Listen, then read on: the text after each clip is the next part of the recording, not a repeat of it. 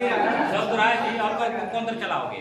पहली बात उसमें ये देखो कहा है कि चिड़िया बैठती है कहाँ, ये 80 मीटर ऊंचे पेड़ पर बैठी है, ये चिड़िया है।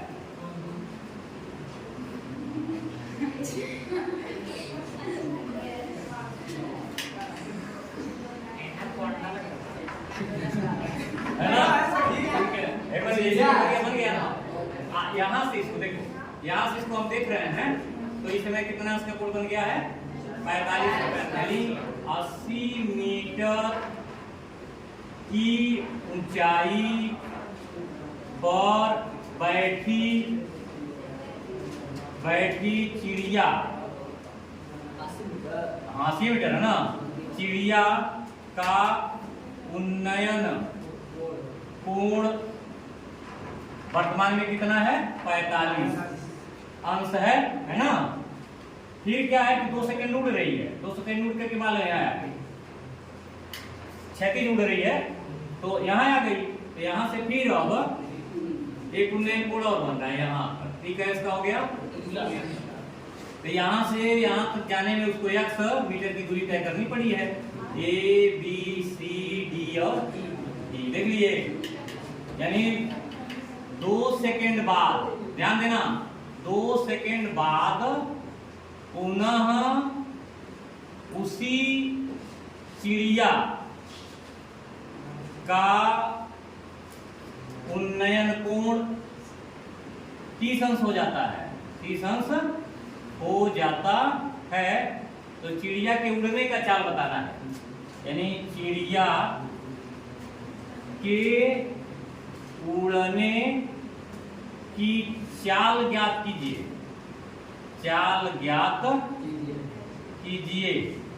तो बड़ा आसानी से फिगर तो तुमने बना लिया। अगर यह 80 है तो भी तो 80 मीटर होगा कि नहीं होगा, उतना ही होगा।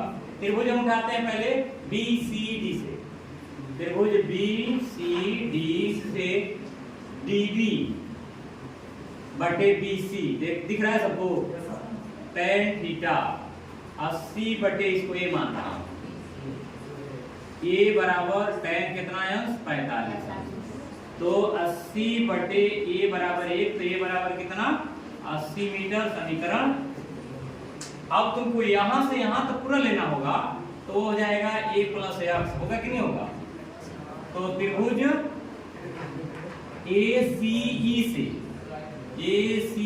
से AE अपान AC बराबर tan थीटा, अर्थात फिर से 80 A प्लस x बराबर tan 30 अंश, मतलब 80 बटे A प्लस x बराबर 1 बटे करड़ी में 3, A प्लस x बराबर 80 करड़ी में 3, समीकरण 2। और फिर लिखना है समीकरण 1 व 2 से x का मान, A का मान लेके यहीं में रख देना है, तो 80 हो गया प्लस x हो गया, और यहाँ 80 करड़ी में 3 है, तो x बराबर 80 करड़ी में 3 ऋण 80, अर्थात 80 कॉमन होने पर करड़ी में 3 ऋण 1 मीटर हो गया। करड़ी का मान रख लो और अच्छा से लगेगा। तो दूरी हो गई, यानी जो x है ना, जो इतना दूरी उड़ रही है, तो उसको दूरी में हम कहेंगे, यानी प्राप्त दूरी बराबर 80 1.732 ऋण 1, अर्थात 80 गुणे 0.732, 1 0 8 2 16 का 6 80 1 8 3 24 1 25 के 5 80 2 8 पते 56 2 58 1 2 3, यहाँ हो गया 58.5 है। ये मीटर की दूरी तय हुई। और समय कितना लगा है उतने में, समय लगा है 2 सेकेंड, देख लो उसमें प्रश्न में दिया हुआ है 2 सेकेंड बाद, यानी यहाँ से आने में 2 सेकेंड समय लगा है। तो चाल कितना होता है, चाल बराबर दूरी बटे समय होता है, याद आ रहा है। तो 58.56 बटे 2 काटेंगे, 2 दूनी 4, 2 9 18, 2 दूनी 4, 2 8 16, 29.28 मीटर प्रति सेकेंड की चाल से वह चिड़िया उड़ती रही और उतनी दूरी तय की। क्या इसमें बहुत खास दे दिया गया। तो 2 सेकंड का इस्तेमाल बहुत बाद में हुआ है। दूरिया तो हम दूरिया निकाले हैं, अक्सर हम लोग दूरिया ऊंचाई निकाल रहे हैं कि नहीं निकाल रहे हैं। तो जब हमको निकालना दूरी ही है तो इसमें नयापन कहाँ से आ गया? बस सोचना ही था एस जो पहले देख लो, सुनो क्या है। पेड़ के ऊपर बैठी है, पेड़ के ऊपर जहाँ भी बैठी है उसी को हमको टारगेट करना है। पेड़ की ऊंचाई चौड़ाई लंबाई मत देखने लगना कि अपना दिमाग में आ जाए कि पीपल का पेड़ था, बरगद का पेड़ था, आकि सागौन था, आकि सखुआ है, कि महुआ है, आकि जामुन है, आकि इमली है, आम है, आकि नीम है, पता नहीं कौन सी है। ये नहीं देखना है। तुमको देखना है कि वहाँ वो जैसे सीधे सीधे अर्जुन की तरह वो मछली का देखना है, चिड़िया देखना है। तो चिड़िया दिख गई, दिखने के बाद उसे तुम देखे तो कितने झुकाव पर देखे थे? 45 अंश पर।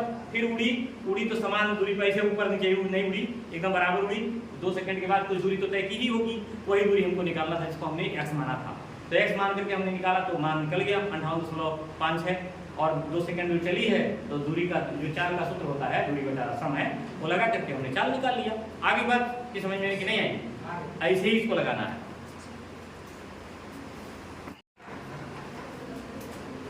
इसमें 2 नाम दिया हुआ है, कोण तो दिया नहीं है, 45 अंश ऐसा तो कुछ है नहीं। फाई दिया है, थीटा दिया है, मान लीजिए स्तंभ दिया है, तो स्तंभ को हम मनवे करेंगे। यह पहला वाला कोण है, यह फाई है, ऐसे देखो, थोड़ा इत्मीनान से समझो। दूसरा वाला कोण क्या बन रहा है? थीटा बन जा रहा है। ऐसी परिस्थिति में जो उसकी छाया की लंबाई बढ़ रही है, ये वह इतनी है, ठीक है ना? इतना हम x मान लेंगे, x माने हुए हैं, तो यहाँ a b c और d, h का मान पूछ रहा है कि कितना होना चाहिए। तो चलिए शुरू करते हैं। त्रिभुज कौन सा है? त्रिभुज कौन सा है? a c d, बार के बार वाला उठा लीजिए, x प्लस a ले लेंगे, यहाँ से हो जाएगा a c d से यहाँ बना d c upon c a equal to tan theta, dc का मान h बटे पूरे का मान है x plus a is equal to, अब थीटा सूत्र का है क्योंकि हमको फाई लेना है, तो हो जाएगा tan फाई। ऐसे हो गया ना? कि सही बनाए थे पहले ही, पहले वाला ही सही था। tan थीटा ये वाला नहीं है ना, तो tan थीटा ले लिए। अब इसको ऐसे कर लो, h बराबर ऐसे चलो इसको बगल में x प्लस a ऐसे फ्रूट में, और ये हो जाएगा tan थीटा, इक्वेशन हो जाएगा।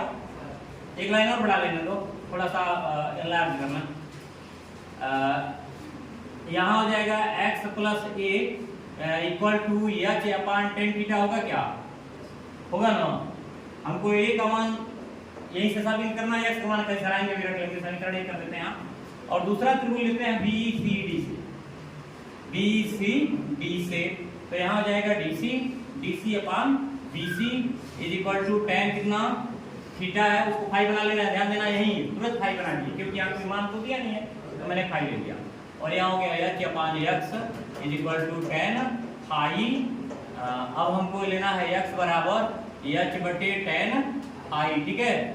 ले चलते हैं x, मानी समीकरण 2 हो गया। समीकरण 1 व 2 से फाई है, बिल्कुल समीकरण 1 व 2 से, 1 व 2 से जहाँ x है वहाँ ये मान रखना है।